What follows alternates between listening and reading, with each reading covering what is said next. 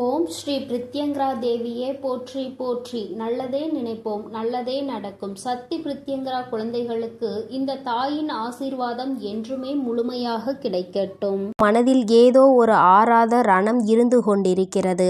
அதற்கு இந்த வராகியிடம் இருந்து ஏதேனும் மருந்து கிடைத்து விடுமா? நம் தாயானவள் நமக்கு ஏதேனும் ஆறுதல் சொல்லிவிட மாட்டாளா என்றுதான் என் குழந்தை என்னை தேடிக் கொண்டிருந்தாய்.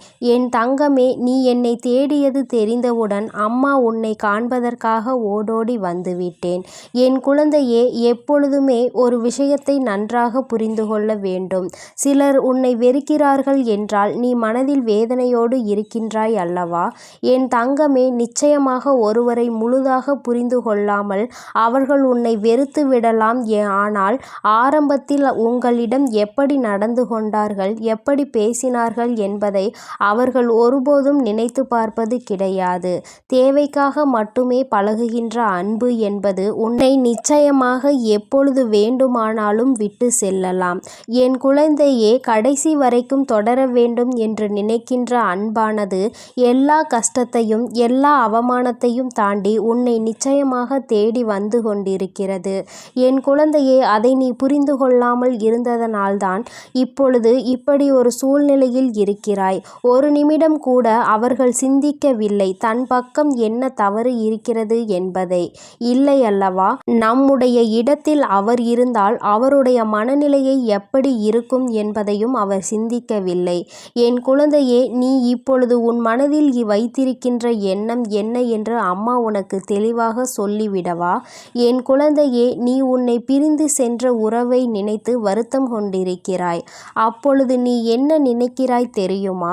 உன்னுடைய கோபங்கள் எல்லாம் நிச்சயமாக உன்னை பிரிந்து சென்ற அந்த உறவின் மீது அல்ல, உன் மீதுதான் உனக்கே கோபம் வந்து கொண்டிருக்கிறது. நாம் ஏன் இந்த அளவிற்கு நேசித்தோம், இந்த அளவிற்கு ஏன் நம்பினோம், ஏன் இப்படி ஒரு பிரச்சனைக்கு இந்த அளவிற்கு நொடிந்து போகின்றோம், ஏன் இந்த அளவிற்கு இறங்கி போகிறோம் என்று உன் மீதுதான் உனக்கு கோபம் வருகிறது. நான் இருக்கிறேன் என்பதை ஒவ்வொரு முறையும் அந்த உறவு சொல்லும் பொழுது அது உண்மை உண்மை என்று என் குழந்தை நீ நம்பிக்கொண்டிருந்தாய் அல்லவா? அந்த நம்பிக்கைக்கு இப்பொழுது மிகப்பெரிய ஏமாற்றம் வந்ததை தான் உனக்கே உன் மீது கோபமாக வருகிறது. எனவே விரக்தியாக இருந்தாலும் சரி, வாழ்க்கையில் வெறுப்பாக இருந்தாலும் சரி, வாழ்க்கையில் வெறுப்பாக எந்த கோபமாக வலியும் துயரமும் எல்லாம் உன் மீதுதான் உனக்கு வந்து கொண்டிருக்கிறது. உறவின் மீது உனக்கு ஒருபோதும் ஏற்படவில்லை இந்த கோபம். ஏனென்றால் நீ வைத்திருக்கின்ற அன்பு அத்தனை பெரிதல்லவா? நீங்கள்தான் வாழ்க்கை என்று முடிவு செய்துவிட்ட பிறகு அவர்கள் மீது அளவு அதிகமான அன்பை நீ நம்பிக்கையையும் வைத்துவிட்ட பிறகு அவர்கள் வேண்டாம் என்று ஒரு நொடியில் சொல்லிவிட்டு செல்லும் பொழுது உன் மனது படுகின்ற பாட்டினை ஒரு தாயாக நான் நிச்சயமாக அறிவேன். உன் மனதில் இருக்கின்ற எண்ணங்களை உன் வராகி அம்மா நான் நிச்சயமாக புரிந்து கொண்டேன். என் குழந்தை, யாருக்கும் உன்னை பற்றி தெரிந்தாலும் தெரியாவிட்டாலும் நீ என்ன நிலையில் இப்பொழுது இருந்து கொண்டிருக்கிறாய் என்பது உன் அம்மா எனக்கு நன்றாக தெரியும் அல்லவா? என் தங்கமே, எப்பொழுதுமே நீ ஒரு விஷயத்தில் இறங்கும் பொழுது மனதிற்குள் அதிகமான ஆசையை வைத்து விடுகிறாய், அதிகமான அன்பை கொட்டி விடுகிறாய். அதனால் உண்மை என்னவென்றால் இப்பொழுது அந்த உறவை நினைத்து மட்டுமே கண்கள் கலங்கி கொண்டிருக்கிறாய். என் தங்கமே, நிச்சயமாக வாழ்க்கையில் நீ இல்லை என்றால் அவருக்கு நிறைய பேர் துணையாக இருப்பார்கள் போல. என்னவோ நீ இல்லாவிட்டாலும் அவர்களினுடைய வாழ்க்கையை சந்தோஷமாக அமைத்து கொள்ளலாம் என்று நினைத்து விட்டார்கள் போலவும் இன்று நீ பலவாறு உன் சிந்தனைகளை சிதறடித்து கொண்டிருக்கிறாய். என் குழந்தையே, ஒருவரினுடைய உண்மையான நிலை என்னவென்பதை அறியாமல் நீயாக எந்த கற்பனைகளையும் வளர்த்து கொள்ளக்கூடாது.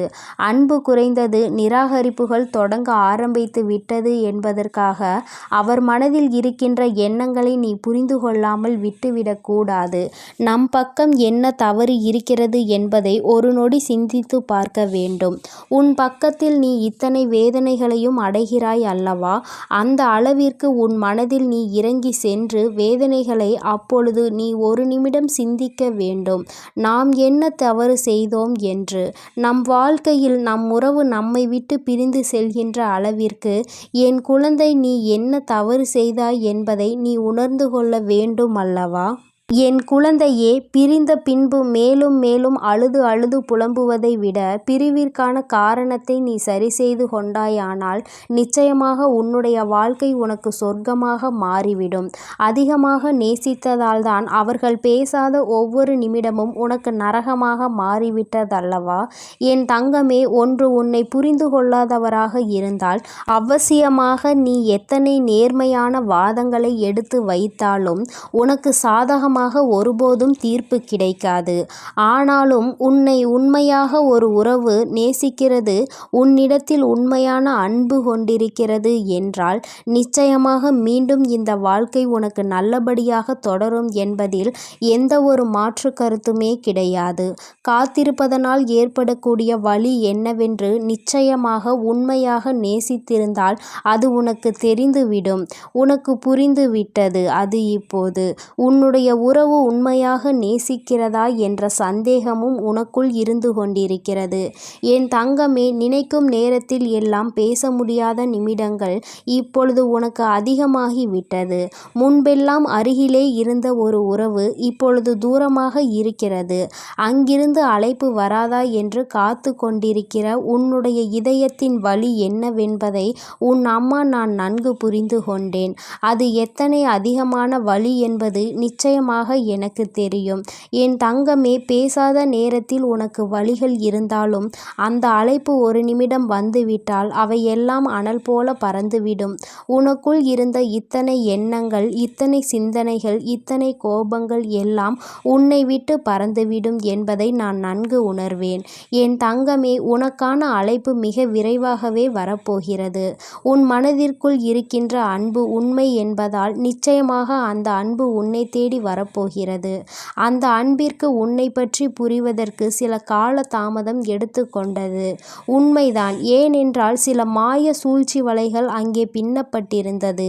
உன்னை பற்றிய தவறான எண்ணங்கள் விதைக்கப்பட்டிருந்தது. இப்பொழுது உண்மையான அன்பு என்னவென்பதை உணரத் தொடங்கிவிட்டது. உன்னுடைய உயிரான அந்த உறவு. ஏனென்றால் உண்மையான அன்பு என்றால் என்ன?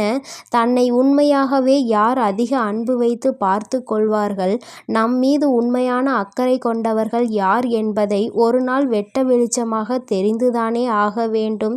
இப்பொழுது அவர் அதை தெரிந்து கொள்வதற்கான சூழ்நிலையில்தான் இருந்து கொண்டிருக்கிறார். எல்லா உண்மைகளையும் தெரிந்து கொண்டதோடு மட்டுமல்லாமல் நீ அவர் மேல் எத்தனை அன்பு வைத்திருக்கிறாய் என்பதும் உன்னுடைய அந்த வாழ்க்கை துணைக்கு புரிய ஆரம்பித்து விட்டது. இதுவரை இத்தனை சலசலப்புகளையும் சஞ்சலங்களையும் மறந்துவிட்டு இனிமேல் இந்த வாழ்க்கை உனக்கு சிறப்பாக இருக்க போகிறது. சுயநல மனிதர்கள் நிறைந்து உள்ள இங்கே ஒருவர் சந்தோஷமாக இருந்தால் மற்றவர்களுக்கு பிடிப்பதில்லை. அது ஏனென்றால் இன்னமும் புரியாத புதிராக இருந்து கொண்டிருக்கிறது. ஒருவன் சிரித்தால் இன்னொருவன் வயிற்றெரிச்சல் படுகிறான். என் தங்கமே, நிச்சயமாக இந்த வாழ்க்கை உனக்கு மீண்டும் நல்லபடியாக திரும்ப கிடைக்கும் பொழுது சந்தோஷம் அடைபவர்களை விட வயிற்றெரிச்சல் படுபவர்கள்தான் அதிகம் இருக்க போகிறார்கள் என்பது நிதர்சனமான உண்மை. என் பிள்ளையே, நீ அழுவதற்கெல்லாம் உனக்கு நிச்சயமாக நல்லதொரு பதில் கிடைக்கத்தான் போகிறது. நிச்சயமாக உன்னுடைய அன்பு உண்மையாக இருக்கும் பட்சத்தில் உன்னுடைய உயிரான உறவு உன்னிடம் மன்னிப்பை கேட்க தயங்க மாட்டார். ஏனென்றால் அவர் பட்ட வேதனைகள் அத்தனை கொடியது. பிரிந்து சென்றதனால் வாழ்க்கையில் பட்ட வலிகளும் வேதனைகளும் அதிகமாக வந்த பிறகுதான் உன்னுடைய அருமை என்னவென்பதை புரிந்து கொண்டார்கள். என் குழந்தையே, அதற்கு உனக்கான நற்பலன்கள் கிடைக்கப் போகிறது. என் பிள்ளை, மீண்டும் சந்தோஷமான வாழ்க்கையை வாழப் போகிறாய். இனிமேல் இது போன்ற ஒரு பிரிவு உன் வாழ்க்கையில் ஒருபோதும் வந்துவிடக் கூடாது என்பதில் நீ உறுதியாக இருக்க வேண்டும். இது நம்முடைய வாழ்க்கை என்ற எண்ணம் முதலில் உனக்கு இருக்க வேண்டும். வேறு யாரும் இந்த வாழ்க்கைக்குள் நுழையவும் கூடாது, கருத்து தெரிவிக்கவும் கூடாது என்பதில் நீ கவனமாக இருக்க வேண்டும். என் குழந்தைக்கு இந்த வராகி அம்மாவினுடைய அருளும் ஆசீர்வாதங்களும் எப்பொழுதும் முழுமையாக இருக்கும். என் அன்பு குழந்தைக்கு இந்த சக்தி பிரித்யங்கராவின் அன்பும் ஆசீர்வாதமும் முழுவதுமாக கிடைக்கும். ஓம் ஸ்ரீ பிரித்யங்கரா தேவியே போற்றி போற்றி. ஓம் ஸ்ரீ பிரித்யங்கரா தேவியே போற்றி போற்றி.